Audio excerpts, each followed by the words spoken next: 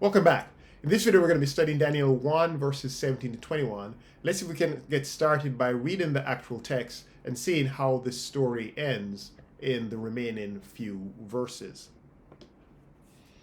In verse 17, we read, "As for these four youths, God gave them learning and skill in all literature and wisdom, and Daniel had understanding in all visions and dreams.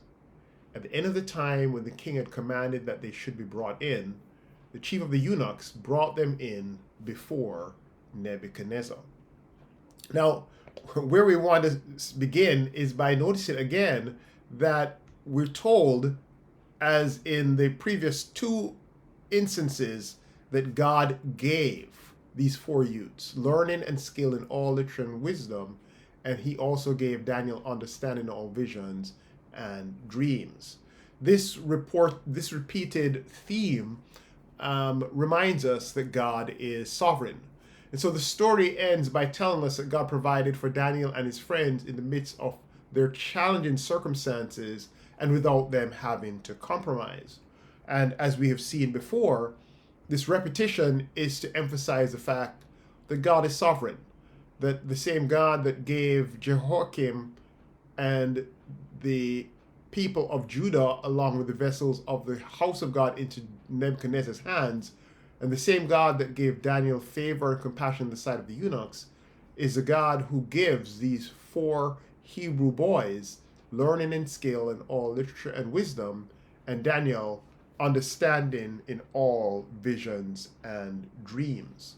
The idea is that God is sovereign, and that this sovereign God gives to Daniel and his friends and his three friends the wisdom that they need. God gave them knowledge and understanding and in all kinds of literature and learning, not just Babylonian. And I think the point is that we don't acquire knowledge or understanding, something that God gives to us, in the same way that health and nourishment doesn't come from what we eat, but from what God gives to us. Similarly, success in life is something that God gives to us and not something that we earn or achieve. And so we're to be faithful to God and to trust him to provide for us.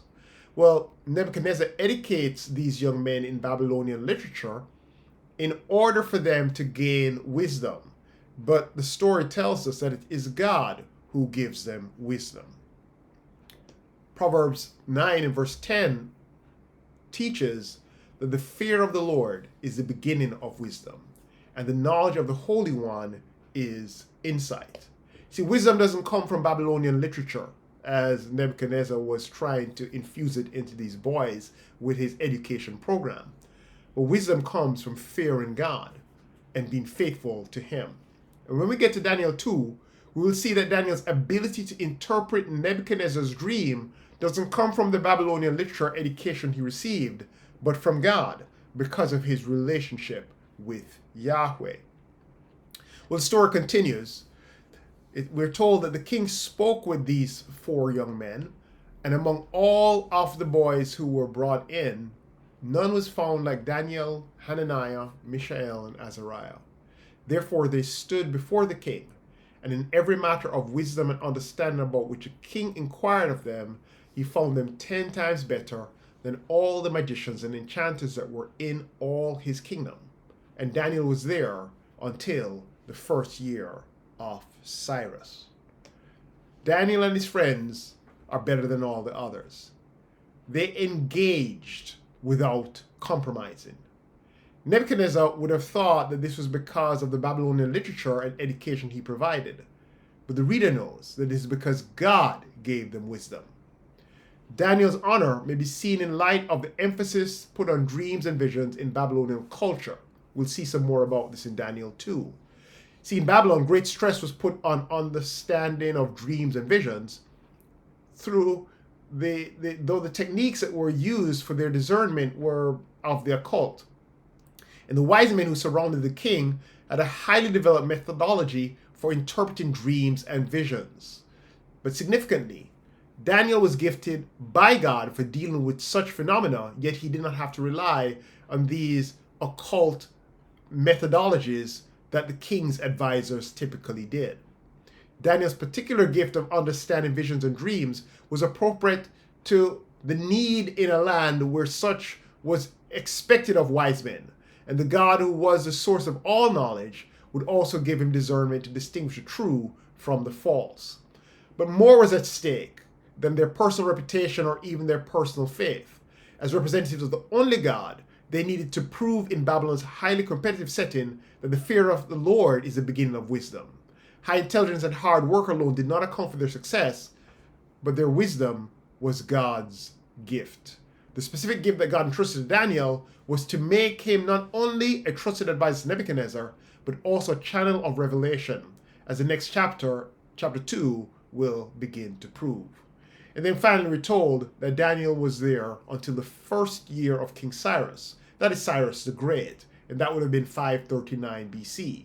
He was a Persian king who conquered Babylon, and so I think the point is that Daniel would have outlasted and outlived the Babylonian Empire. Daniel was there, we're told, until the first year of Cyrus, that's 539 BC. We're told later on in the book that he was there till the third year of Cyrus. And if we say that's about 536 BC, he was there 70 years later. And if he was 15 when he was taken to Babylon, he's about 85 when Cyrus comes on the scene. And throughout those 70 years, he's lived through a regime, the Babylonian, into the change of that regime into the Persian, through a change in empires from the Babylonian to the Persian Empire. And through all of this, God takes care of him and preserves him over 70 years. To the end of the 70-year period that Jeremiah had prophesied for the Babylonian exile, which began when Daniel was deported. He outlives his Babylonian masters, and as we will see, there were many trials and temptations and plots and intrigues during these many years, but God saw Daniel safely through every one. And Daniel lived to see God's faithfulness to Israel being worked out. During Cyrus's reign, the vessels which Nebuchadnezzar took to Babylon are returned to Jerusalem to be placed in the temple of Yahweh that Cyrus decreed was to be rebuilt.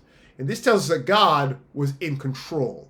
The kingdoms of men will change, but God remains sovereign and will take care of his people throughout it all. God's people need only to depend on him and remain faithful to him. And we're told that Daniel was faithful to God. He was obedient. And this is remarkable when it's considered that he started this journey as a teenager. Well, how can God's people persevere and be faithful to him in challenging circumstances in the midst of Babylon like Daniel did? How do God's people live as exiles in this toxic world and not compromise? They do so by trusting in God, by believing that he will take care of them, by understanding that God is sovereign over all nations and all peoples and all history and all circumstances. And so we need not give in to fear and compromise, but instead that we can persevere in the face of hardship and the pressures of this world, knowing that God will ultimately take care of us and that our faithfulness will be rewarded in the end. In our next video, we'll begin our study of Daniel chapter 2. I hope to be able to see you then.